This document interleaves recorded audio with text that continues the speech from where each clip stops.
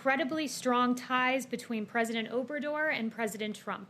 The leaders noted that many people have bet against their ability to work together in a strong and productive fashion, but rest assured, they work together and they work together well. The U.S.-Mexico relationship has never been stronger or more productive, thanks to the leadership of President Trump. The USMCA, in particular, is a major win for our two countries and for America's workers. Under the U.S.-Mexico-Canada agreement, more than 4 million manufacturing jobs will be regained that were lost under NAFTA. This will be a huge influx of American jobs that were lost under the failed NAFTA trade deal that went into effect. In addition, tens of thousands of manufacturing plants were lost because of NAFTA. We want to bring those on shore, and the USMCA will go a long way in bringing back those manufacturing plants and those millions of jobs that were lost under NAFTA. NAFTA was a bad deal for the American worker because it left American workers behind.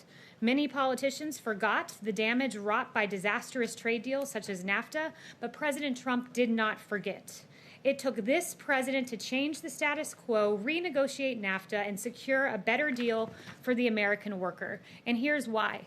The USMCA alone will create 176,000 American jobs. We believe the other trade deals that this president has negotiated will add to that number and help undo a lot of what NAFTA has done. The USMCA will boost American manufacturing, including wages, new jobs, and exports. And the USMCA will create 76,000 auto manufacturing jobs, crucial to the well-being of this country.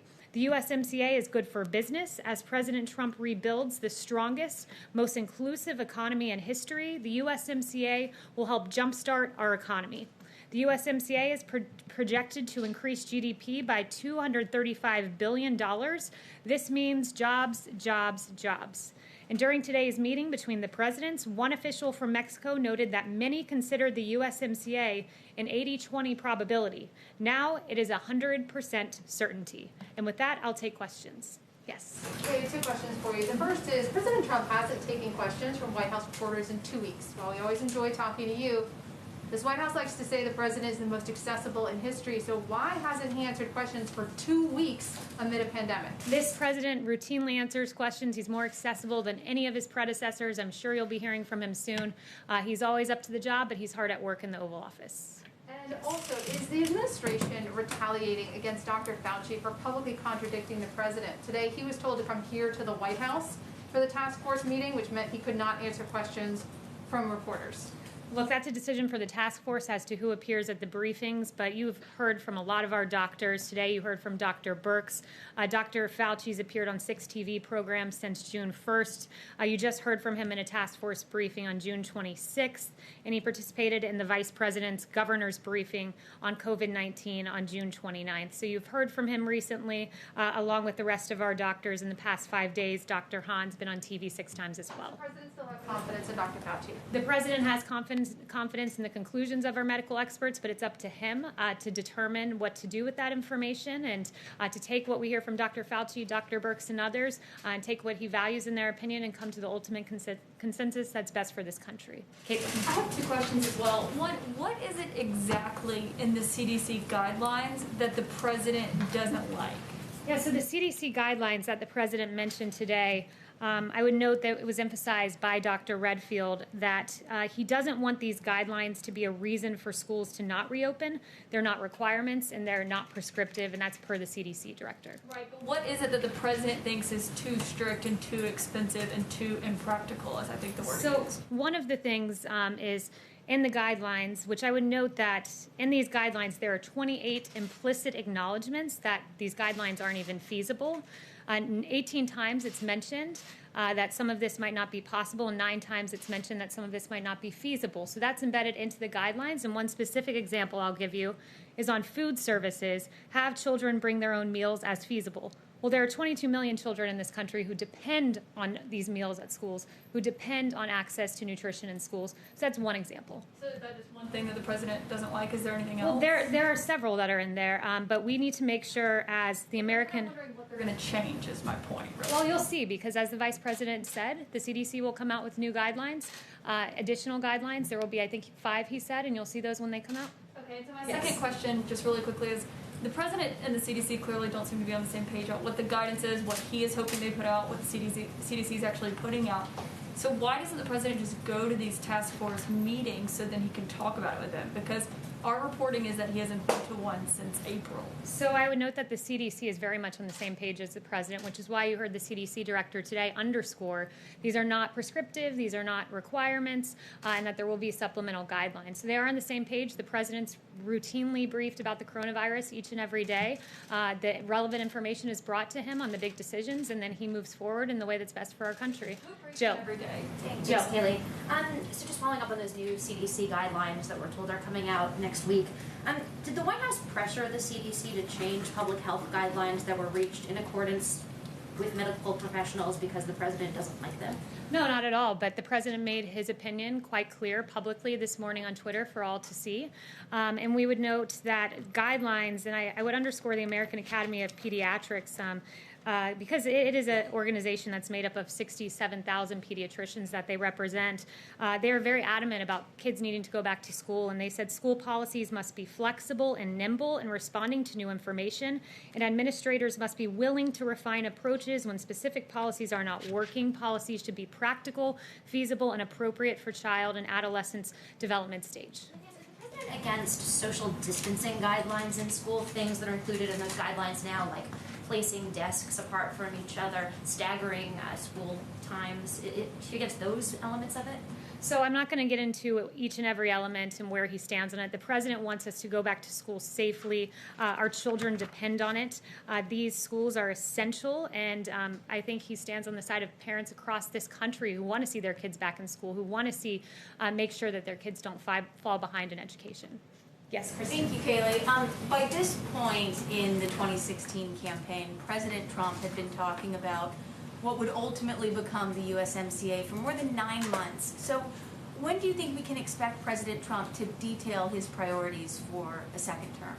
I think you hear him talk about it quite often. More trade deals are on the horizon from this president, lower taxes, more funding for our schools. One announcement that I do have for you is that in CARES Act 4, he's looking to substantially bump up money for education, but at the same time understand that this money should go to students. So that's one priority we're looking at more in the immediate term, supporting our schools, supporting our families. He's talked about payouts, stimulus payouts to Americans that worked very well the first time. It's something he's mentioned for a phase 4. He's talked about payroll tax holiday, which would be a big tax break for America's workers. So those are a few in the immediate term, and you'll be hearing a lot more about a second term in the coming months. Do you think he might detail some of those priorities in his speech this Saturday at the rally in New Hampshire? So I don't want to get ahead of his speech this Saturday, but you'll certainly be hearing in coming speeches more about the president's vision for the second term. Building the economy is one thing that he mentioned just this week. You know, he brought the hottest economy in modern history once. He wants to do it again. He did that through deregulation,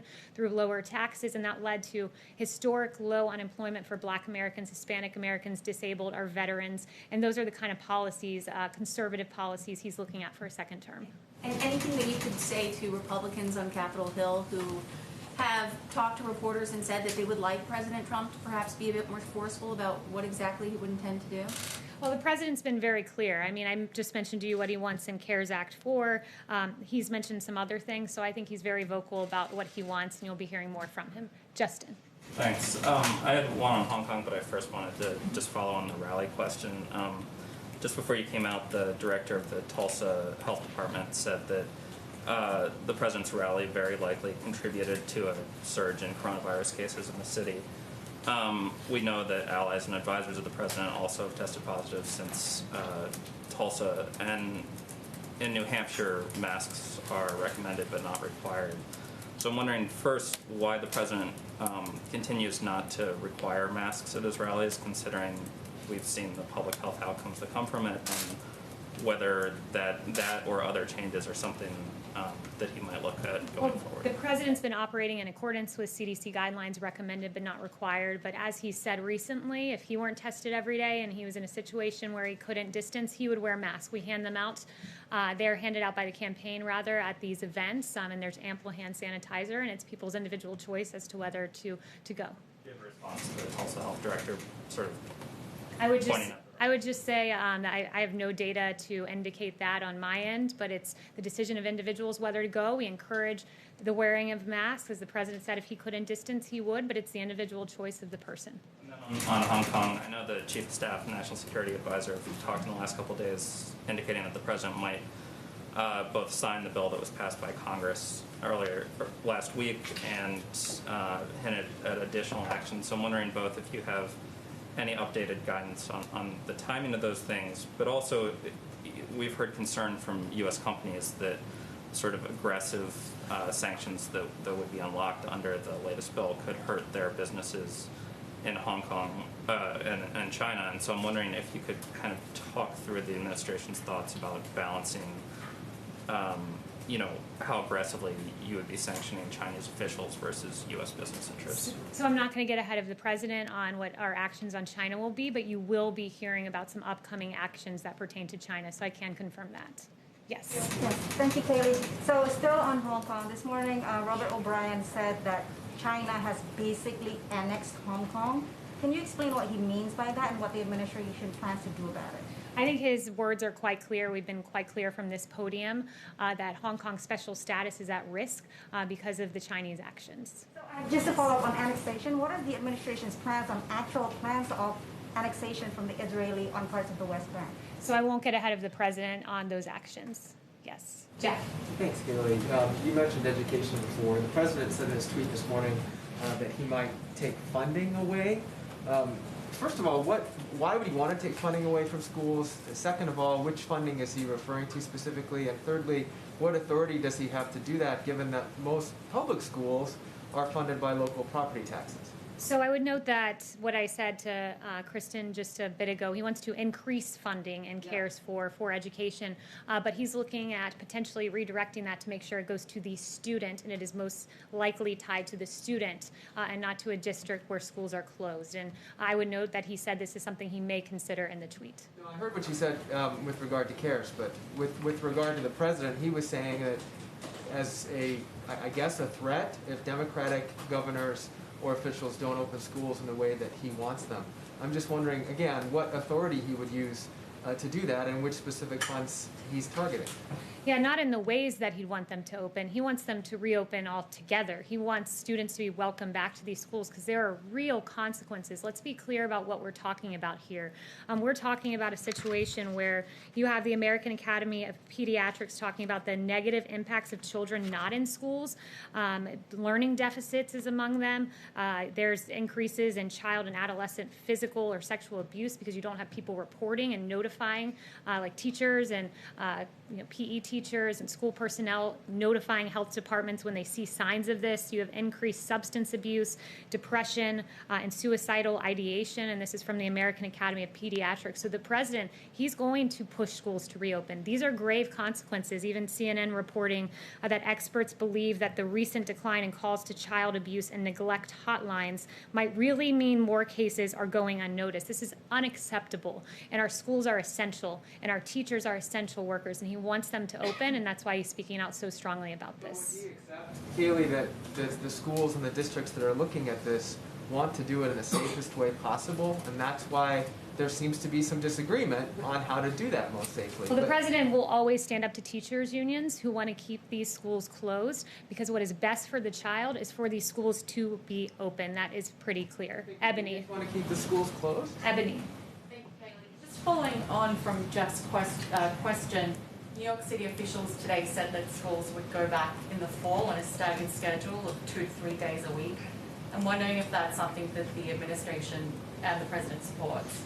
So I haven't spoken to him about that plan in particular, but it's encouraging any time you see that some kids will be welcomed back onto the campus. Haven't spoken to him specifically about the New York scenario. Another question. The Supreme Court is expected to rule tomorrow on whether or not the president can keep his financial records secret. I'm wondering if the court rules against the president, he will be happy to hand over his records to Congress and the Manhattan District Attorney. So since that's a hypothetical, I won't answer that, and I'll wait to get back with you guys tomorrow after we see that ruling, which we hope is in the favor of the president. Yes? Yes, 2 questions for you, Kayleigh. Thank you. Did the president ask the president of Mexico if he would pay for the wall, and what happened to that threat? So that discussion did not come up when I was in the room.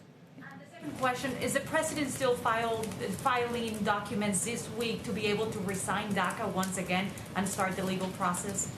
Yeah, no announcements on that front, but when we have an announcement, you'll be the first to know. Chanel? Thank you, Kayleigh. Going back to the executive orders that Meadows had mentioned earlier this week, is President Trump going to discuss with President Obrador any details about this executive order as he drafts it up, or as he... So in the discussions I was a part of, there was not an executive order discussed, but there will be some executive orders this week.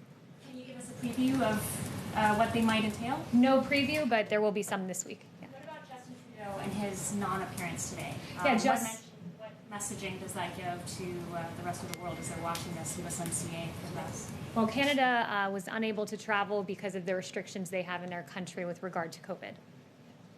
Yes. I wanted to, I'm Kayleigh with FA. I wanted to ask you to confirm if President Trump and President Lopez Obrador talked about immigration at all in their meeting today.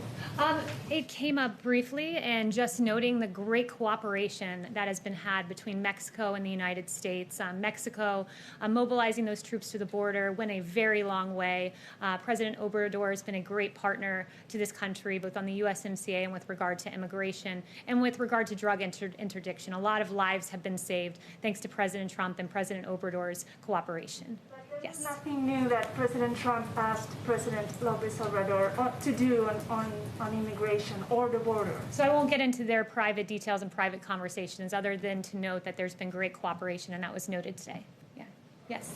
Thanks, Kayleigh. Two questions. Following up on Jeff's question, you have, from behind the podium, talked about the importance of federalism, local and state officials being able to decide what to do with their own residents.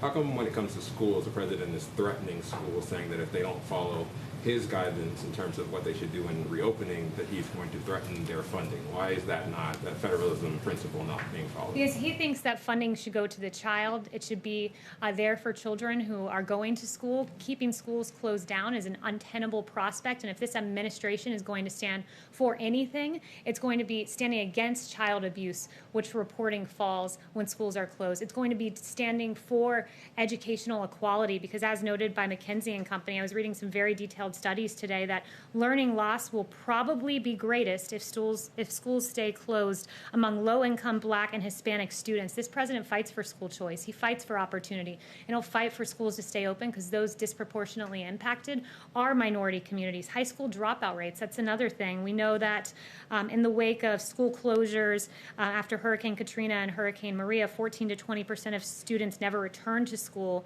and there's an estimate that 2 to 9% of high school students could drop out as a result of a permanent shutdown in schools. Our schools are important. They have to stay open. They are essential, and the president will stand on the side of our children. Question, there has been a recent book that was written with a quote attributed to one of your colleagues, Katie Miller, saying, if you come to America, you should assimilate. Why do we need to have Little Havana? Is that a statement that this administration, this White House stands behind? So I spoke to Katie before coming out here, and she says that those quotes are not true as described in the book. And I'll tell you this, that there is no greater ally of the Cuban community than President Trump. He loves the Cuban community. He's moved his residence down to Florida, South Florida in particular. And there's no greater advocate against socialism than the Cuban community in this country, and than this president who said America will never be a socialist country. Yes. Thanks, Kayleigh. So the city of Houston just a little while ago canceled the Texas Republican convention because of COVID concerns. Are there any fresh thoughts about scaling back Jacksonville? No, we're still moving forward with Jacksonville. It'll be a safe event, it will be a good event, and it will be up to the RNC as to how those details are hashed out. Can I ask an education question, not lower school, but colleges and universities? A couple of them at least are challenging the ICE ruling having to do with visas for foreign students when the universities are not holding in-person classes. And I'm wondering if that is aimed at pressuring colleges to fully open, that feel maybe that it's not safe to do so. I think the policy speaks for itself. You know, you don't get a visa for taking online classes from, let's say, University of Phoenix. So why would you if you were just taking online classes generally? And I would note with regard to Harvard and MIT suing over this, and all due respect to my former alma mater, perhaps the better lawsuit would be coming from students who have to pay full tuition with no access to in-person classes to attend. Yes. When it comes to the flexibility with the Jacksonville event, could that flexibility include moving events elsewhere if the case counts continue to rise in Florida, even possibly back to Charlotte if the cases stabilize there or go down? You know, I'll leave that to the president and not engage in hypotheticals, but he's very excited to go to Florida. It's his home state. Jacksonville is the designation and the designated place of the Republican National Convention. Consider how to proceed forward. As schools are potentially considering perhaps a middle-of-the-road approach that, for example, New York is looking at, is that something that is acceptable to the president, this half home, half in the building, as opposed to opening them up fully? Yeah, I'll leave that to the president. I haven't spoken to him specifically about the middle-of-the-road approach, but I will talk to him about that and get an answer for you. One thing I want to leave you with, and thank you all, these were very good and very thoughtful questions, so I appreciated them. This is a bit of a news item. The Kansas City mayor and the governor wrote to the governor, a letter that said this: "We are at a crisis point," he said, and additional help was needed to provide more tools for law enforcement and prosecutors to interrupt conspiracies to commit murder and the violent acts, particularly offenses committed by felons using deadly weapons in the streets of Kansas City. And as of yesterday, Kansas City had reached 100 homicides, a 40% increase from last year, according to the mayor's office. Absolutely tragic numbers. And Attorney General Barr has announced that there will be a launch of what's going to be called Operation Legend. It's a new initiative designated to fight the surge of violent crime that we've seen in Kansas City, directly in response to those requests by the mayor and by the governor. And specifically, Operation Legend is going to focus on a federal effort to increase law enforcement presence in the city. Attorney General Barr has directed agents from the Department of Justice's law enforcement agencies, the FBI, U.S. Marshal, DEA, and ATF, to be on the ground in Kansas City within the next 10 days to help state and local officials fight the surge of violent crime. Operation Legend is named after 4-year-old Legend Taliaferro, who tragically died on June 29th as a result of being shot in the face while he slept in his home. Taliaferro survived a heart surgery as an infant, and he tragically lost his life. And we at the federal government want to make sure that that never happens and use our resources to the fullest extent of the law to ensure that individuals and young children like Legend are able to live their lives and live so peacefully. Thank you so much. Kayleigh, if it's safe to send people back to schools, it's safe to send Manafort back to prison.